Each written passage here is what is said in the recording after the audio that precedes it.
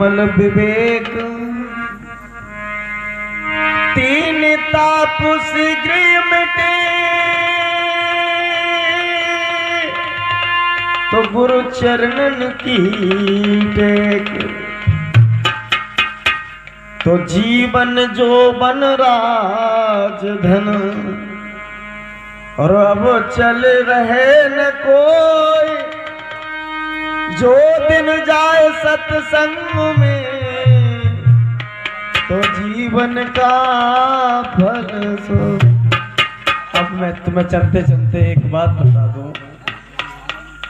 अब तक जिसने सत्संग को करवाया और उससे कोई लाभ नहीं मिला, तो किसका सत्संग, किस बात का सत्संग। एक बार वो विष्णु भगवान से नारद जी कहने लगे कि हे विष्णु भगवान, ये बताइए गुरुदेव कि सत्संग कराने से, सत्संग सुनने से और संतों के दर्श स्पर्श करने से क्या लाभ होता है। उनने कही इतनी बात तुम हमसे पूछ रहे हो।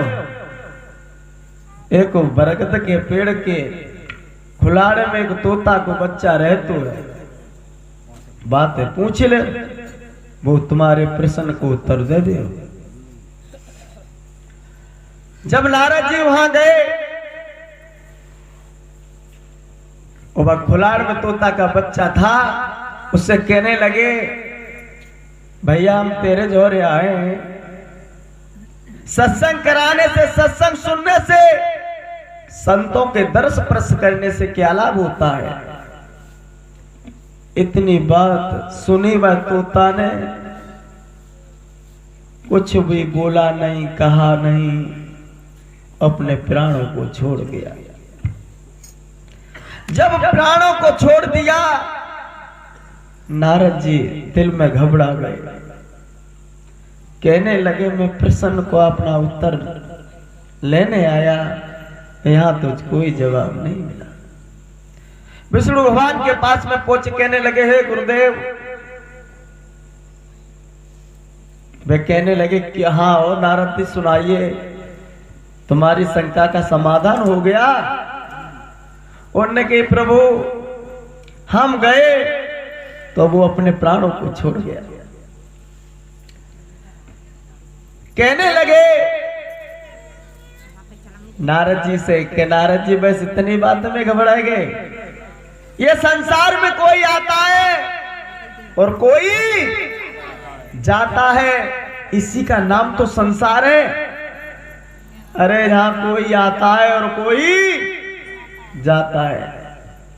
उन्होंने की कोई बात नहीं है, कोई तुमने इतने ही दिल में वैसे आप ना, तुम्हें जब तक प्रसन्न नहीं मिल जाए, उसका उत्तर नहीं मिले, आप जाइए। एक जंगल में अभी हथनी भी आई है और तुम्हारे जो प्रश्न का उत्तर वो हथनी का बच्चा दे देगा। वहां के नारद जी बोले कि प्रभु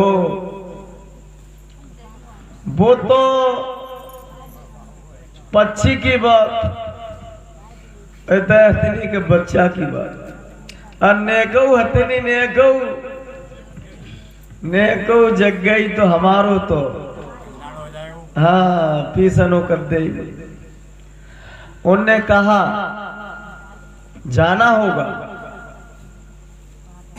अगर नारद जी नहीं जाते हो तो समझ लो एक बात में कहा भी है कि गुरु से कपट मृतते चोरी, के होए निर्धन के होए कोड़ी। जो गुरु से कपट करते हैं, छल करते हैं, वो कौन होते हैं? के तो कोड़ी हो जाते हैं। कभी गुरु से कपट भी करना नहीं चाहिए। नारद जी गए, उनने गए, अब तो भैया परे गए चक्कर में। उनने कहा नारद जी तुमको जाना होगा, अपने प्रश्न का उत्तर लेना होगा। और एक और बात कही उन्हें कि शंका रूपी सब ग्रंथ है, समाधान न कोई, समाधान सत्संग है। पूछे बिरला शंका क्या मिटती है? जहां सत्संग होते संतों का, ये ऐसा हमारा कोई द्वार लगता है, कोई कोई, और उसमें भी बिरला कोई संत ऐसा होता है कि आपका हृदय को जगा जाता है। जब नारद जी पहुंचे, वो हथनी ऐसी एक मां कौन है? तुमने देखा है कि अपने बच्चे को पीठ देकर के सोती है, वो कौन सी मां है? और कौन सी मां नहीं है, वो एक हथनी है। हथनी अपने बच्चे को पीठ देकर के सोती है, और कोई मां पीठ देकर के नहीं सोती है। हथनी अपने बच्चे को पीठ देकर के सो रही थी, बच्चा खेल रहा था। नारद जी पहुंचे और कहने लगे, भैया हम तेरे जोरे आए, सत्संग कराने से, सत्संग सुनने से, संतों के दर्श स्पर्श करने से क्या लाभ होता है? इतनी बात कही, वो अपने चक्कर काटे बाने और प्राणों को वो छोड़े। अब तो नारद जी ज्यादा शंका है गई। उनने कही बताई है, महान पुरुष कहते हैं अगर एक पाप है जाए, अगर कोई मर जाए, हत्या है जाए, तो बताता 7 जन्म तक हत्या नहीं छूटती है। और आज तुमने देखिए जो मछली नवारे खाता है, मछली ने तो तालाब में तुझे कितनी कितनी माल लाता, तुमने देखा है? बहुत तेरे तुमने देखे बकरा ही काट देता पूर्व, और बहुत तेरे देखे तुमने जिन्हें मुर्गा ही काट रहा है, और कोई आदमी कोई काट रहा हुआ है, तो ये हत्या है। और बम कहिए तिलबर मट्टी जो नर खावे, कोट न यज्ञ नरक में जावे। तिलबर कहा है? तिलबर कहते हैं अगर तुमने जैसे मीट को बनाया, बनाने के बाद में उसमें सीख बोर करके और जीभ पे लगा ली, खाई नहीं, खाली सीख बोर करके और जीभ पे लगा ली, तो तुम कोटे न कोटे नरक में चले जाओगे। और बहुत तेरे तुमने देखे जिन कितनी कितनी खाई जाता है, तो समझने का। और नारद जी अपने दिल में कहने लगे, अब मैं अब नहीं जाऊंगा विष्णु भगवान के पास में, क्यों इन्हें चक्कर में डाल दिया और मुझे तो कोई प्रश्न का उत्तर नहीं मिला। दूसरी रास्ता से नारद जी आने लगे।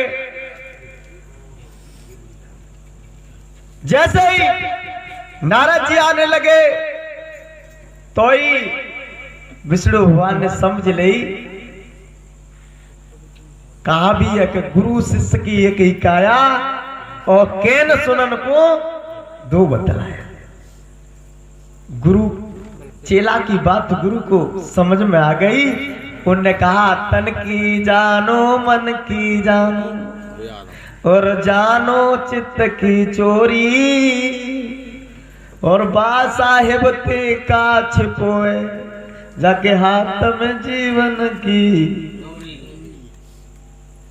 वो जान गए कि नारद जी छल करेंगे, उसी रास्ता पर बैठ गए। नारद जी जैसे आए, उन्होंने कहा ओ नारद जी तुम्हारे प्रश्न का उत्तर मिला। अरे प्रभु वो तोता भी प्यार छोड़ गया, इधर जे भी छोड़ गया, तुमने हमको चक्कर में डाल दिया। अरे कोई बात नहीं, हमने क्या कही, संसार में कोई आता है और कोई जाता है। अरे यही तो जीवन है। जीवन का मतलब क्या है? संग्रह है। जीवन का क्या है? संग रहे। अरे कोई आना और कोई जाना। अरे ये मनुष्य तन में आ गए हो, तुम समझते हो कि जवानी ये तुम्हारा देखते देखते बालापन चला गया, और देखते देखते जवानी चली गई, और देखते देखते ये बुढ़ापा भी चला जाएगा। तुम क्यों इतरा रहे हो इस पर? समझ लो। उनने कहा अभी रणवास में रानी के एक पुत्र हुआ है, और उतनी बात तो तुम्हारे वो पुत्र जवाब दे देगा, जाइए। उनने कही महाराज अब बढ़िया रहे, वो पक्षी की बात, वो पशु की बात, और नेगो रानी को बच्चा खत्म है गो, तो हम तो जिंदा नए बचेंगे। उनने की नारद जी जाना होगा। तो वास्तव में रानी संतों के प्रति बहुत ध्यान रखती थी, उनकी सेवा करती थी। जैसे ही नारद जी पहुंचे, उनने झपट करके और आसन डाल दिया, कहने लगे गुरुदेव बैठो, मैं आपके लिए प्रसादी ले आऊं, और पालना में लाला को डाल दिया। जब पालना में लाला को डाल दिया और रानी प्रसादी लेने को चली गई, नारद जी को मौका मिल गया, कहने लगे भैया हम तेरे झोरे आए, ये बता सत्संग कराने से, सत्संग सुनने से और संतों के दर्श स्पर्श करने से क्या लाभ होता है? वो बच्चा तब तो चला रहे हो हाथ पाएवा में, पालना में, और एक संग सवरे हाथ पाए रोक गो। जैसे रोके बाने नारद जी ने समझी के बच्चा का खत्म है वो, सो नारद जी धर ले बीड़ा और धरबाज। और रानी घर में से प्रसादी लेके जैसी निकली, उनने कही अरे बाबा कहाँ गए? अरे कि बाबा तो डोडीबान बोले के बे गए। उनकी हमारे द्वारे से कभी कोई साधु भूखा नहीं गया, और जे तो भगवान हमारे द्वारे से चले जा रहे हैं, अगर हमें तो मनसा पाप लग जाएगा। डोडीबानों से कहा पकड़िए बाबा को जल्दी और लगा के लाइए, और डोली वालों ने आवाज लगाई ने कि बाबा रुकियो, तुम्हें रानी बुला रही है। इतनी बात सुनी तो नारद जी और जोड़ते पैर रखने लगे, मगर डोली वालों ने भज कर के बाबा को पकड़ लिया। जैसे पकड़ा, नारद जी दिल में घबराने लगे, क्या तो प्राण बच जाए, सो अब प्राण बचेंगे नहीं। जैसे ही नारद जी आए, समझ गए कि अब तो इतने कुआ, इतने खाई और बीच में मौत आई, अब नहीं बचेंगे। अब आना भी पड़ा, क्यों भाई